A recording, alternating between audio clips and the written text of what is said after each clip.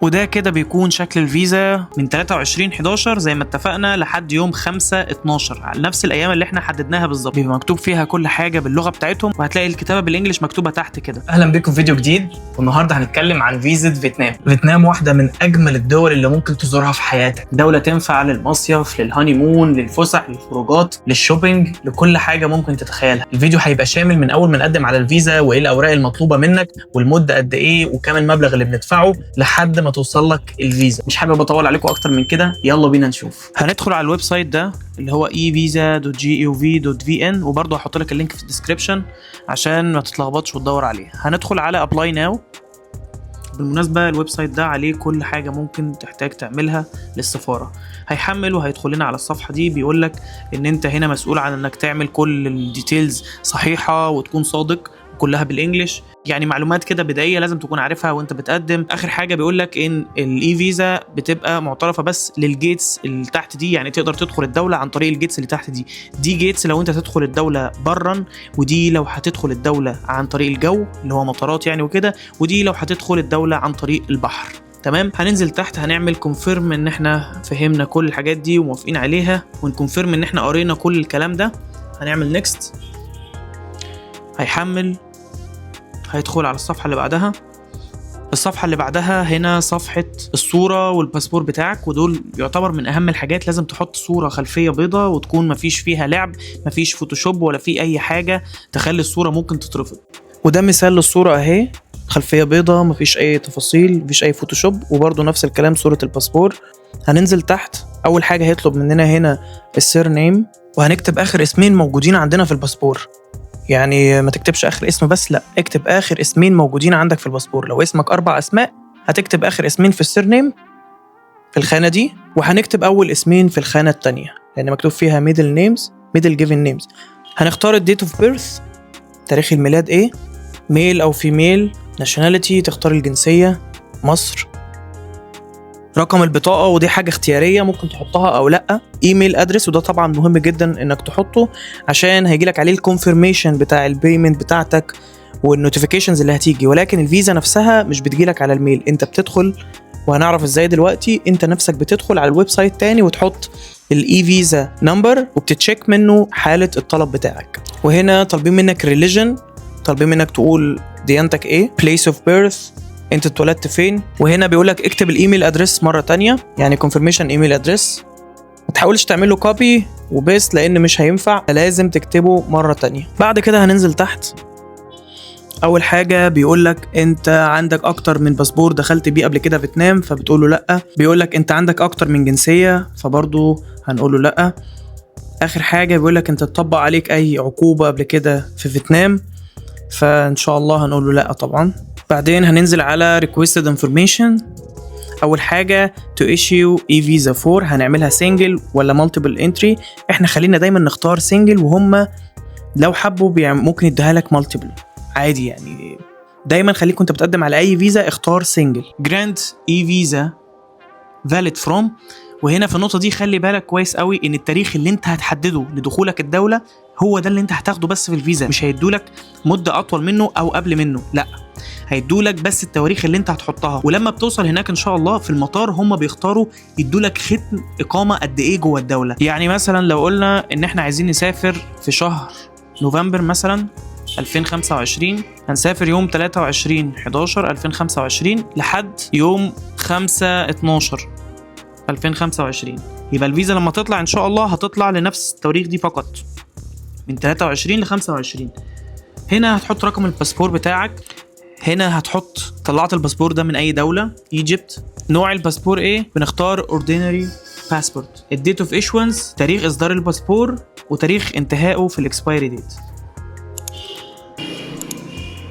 واخر حاجة contact information، هتحط هنا عنوانك اللي في مصر، ولو هو نفس عنوانك اللي انت عايش فيه بتحطه برضو هنا في الكونتاكت ادرس، وهتحط رقم التليفون بتاعك. وتحت هنا هتحط حد في الامرجنسي كونتاكت، يعني بحيث لا قدر الله حصل لك حاجه لازم يكون في حد تاني يتواصلوا معاه. فانت مثلا لو عندك رقم تليفون تاني ممكن تحطه باسم يعني اخ ليك او اي حاجه، بتبقى حاجه يعني ايه صوريه يعني، بس طبعا مانداتوري لازم تحطها. وهنا بتقول علاقتك بيه ايه، ان هو مثلا لو اخ فبتكتب له اخ. بننزل عند سيكشن 5 وده الاوكوبيشن اللي هو وظيفتك ايه، وهتختار منه سواء اذا كنت بيزنس مان او موظف او ايا يكن ايه اللي بيمثلك بالظبط. طيب في حاله ان انت مثلا محامي ولا هو موظف ولا هو بيزنس مان ولا هو طالب، فهتعمل ايه؟ هتختار others هنا وتروح كاتب له الاوكوبيشن انفو، هتقول له ان انت لوير. اسم الكومباني اللي انت بتشتغل فيها، فهنقول له ان انت تابع لنقابه المحاميين المصريه بار اسوسيشن ايجيبت. البوزيشن بتاعك او الكورس اوف ستادي ايه، البوزيشن بتقول له لوير هي يعني. الادرس بتحط عنوان النقابه وبتحط رقم تليفونها. طبعا انا حطيت اي رقم، انت بقى بحط رقم المظبوط يعني. اخر حاجه information about the trip، بيقول لك هو محتاج منك تفاصيل عن الرحله. purpose of entry، احنا نقول له ان احنا رايحين سياحه، هندخل يوم كام زي ما اتفقنا 23/11/2025. هو حتى حسبها لك لوحده ان انت هتقعد 13 يوم. وبيقول لك رقم تليفونك في فيتنام هيكون ايه. طبعا ممكن تحط له برضو نفس رقم تليفونك المصري عادي جدا. ولو تاخد بالك مفيش نجمه جنب الطلب ده، فبالتالي ممكن ما تكتبش فيه حاجه اصلا. ريسيدنتال ادرس ان فيتنام، هتحط العنوان اللي انت هتسكن فيه فين في فيتنام. طبعا لازم تكون حاجز فندق وطيران حتى ولو مبدئي، ولو ده عندك اي مشكله فيه اكتب لي هنا في الكومنتات وهعمل فيديو اشرح فيه ازاي نعمل فندق وطيران مبدئي او وهمي. وهنا بقى في النقطه دي بيقول لك ان الجيت اللي هتدخل منها فين، انهي جيت اللي انت هتدخل منها، فانت بتختار الجيت اللي انت هتسافر عليها، وده بيبقى بناء على التذكره اللي انت هتعملها. وبعدين ده برضو مش بيكون شرط يعني، انت ممكن تختار عادي اي جيت، وفيما بعد لما الفيزا تطلع لك ان شاء الله وتسافر ممكن تحجز طيران على اي جيت تانية مش هتفرق. وبيقول لك هنا ايه الجيت اللي انت هتخرج منها، يعني لو انت مثلا سافرت اي مدينه تانية جوه فيتنام وهتسافر منها هترجع منها، فممكن تختار اي جيت تانية.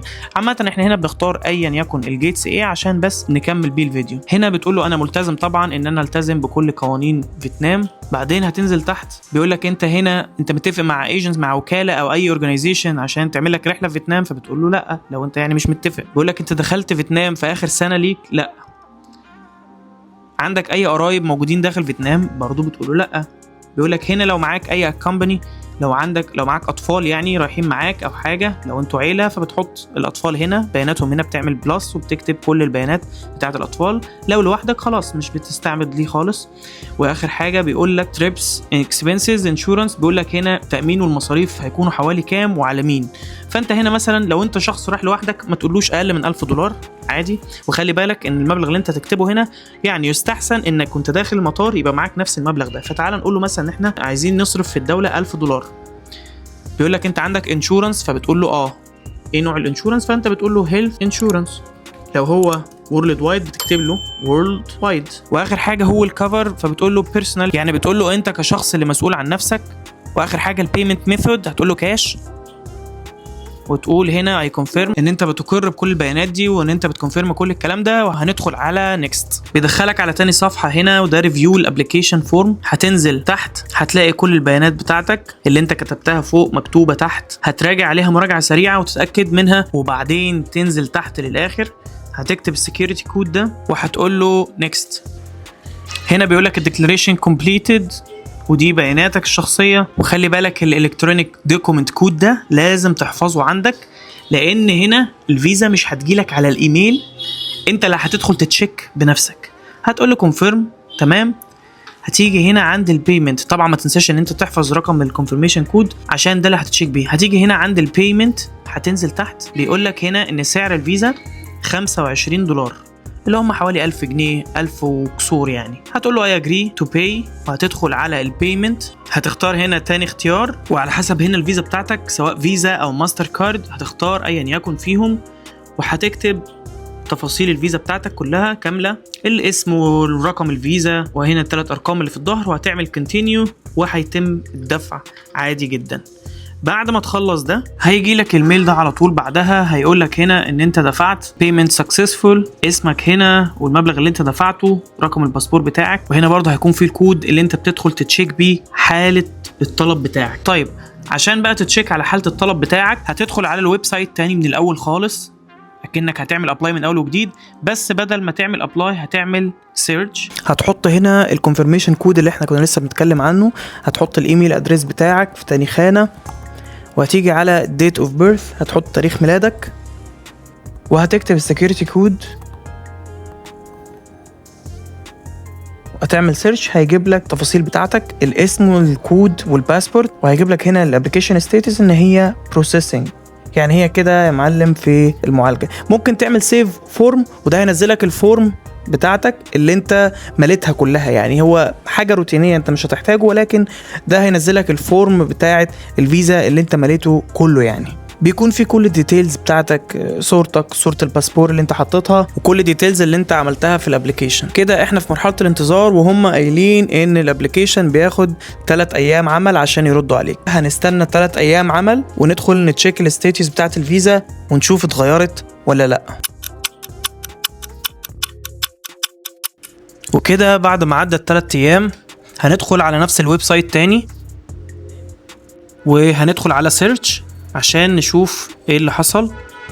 هنكتب نفس البيانات تاني كلها من الاول، وهنكتب السكيورتي كود وهنعمل سيرش. هيجي لنا هنا ان الابليكيشن ستاتس اكسبتنس، وكده الحمد لله الفيزا تبقى طلعت، ومكتوب تحت ان هي من 23/11 لحد 5/12. مكتوب طبعا رقم الباسبور، مكتوب كل الديتيلز بتاعتك. ممكن تعمل جيت اي فيزا، هتدوس على جيت اي فيزا هيبقى عملت داونلود للفيزا نفسها، نزلت لك كده على البي سي. ويلا بينا نشوف بيبقى شكلها ايه. وده كده بيكون شكل الفيزا، بيبقى مكتوب فيها كل حاجه باللغه بتاعتهم، وهتلاقي الكتابه بالانجلش مكتوبه تحت كده. وزي ما قلت لكم ان الفيزا هنا بيقول لك good for entry valid from من 23/11 زي ما اتفقنا لحد يوم 5/12 على نفس الايام اللي احنا حددناها بالظبط. ولكن في الاخر هنا بيقول لك length of stay subject to permission by immigration authority، يعني بيقول لك مدة الإقامة داخل الدولة دي حاجة بتحددها دايرة الهجرة لما أنت بتوصل المطار هناك. يعني أنت لما بتوصل هناك وتديهم الباسبور عشان يختموا لك دخول، هم بقى بيحددوا بناء على البروفايل بتاعك وعدد سفرياتك وكده، هم بيحددوا يدوا لك إقامة في الدولة قد إيه. يعني مثلا ممكن يدولك 3 شهور، 5 شهور، 6 شهور، على حسب ما هم يدولك ختم بقد ايه بالظبط. وكده يبقى عملنا تأشيرة فيتنام لحد ما وصلت لنا. لو في اي استفسار او اي حاجه مش واضحه اكتب لي هنا في الكومنتات وهرد عليك على طول. ولو الفيديو عجبك ما تنساش تعملي لايك وسبسكرايب وفعل زر الجرس عشان يوصلك مني كل جديد، وعشان نشوف فيديوهات تانية لفيز تانية والمعلومات اكتر عن السفر. مع السلامه.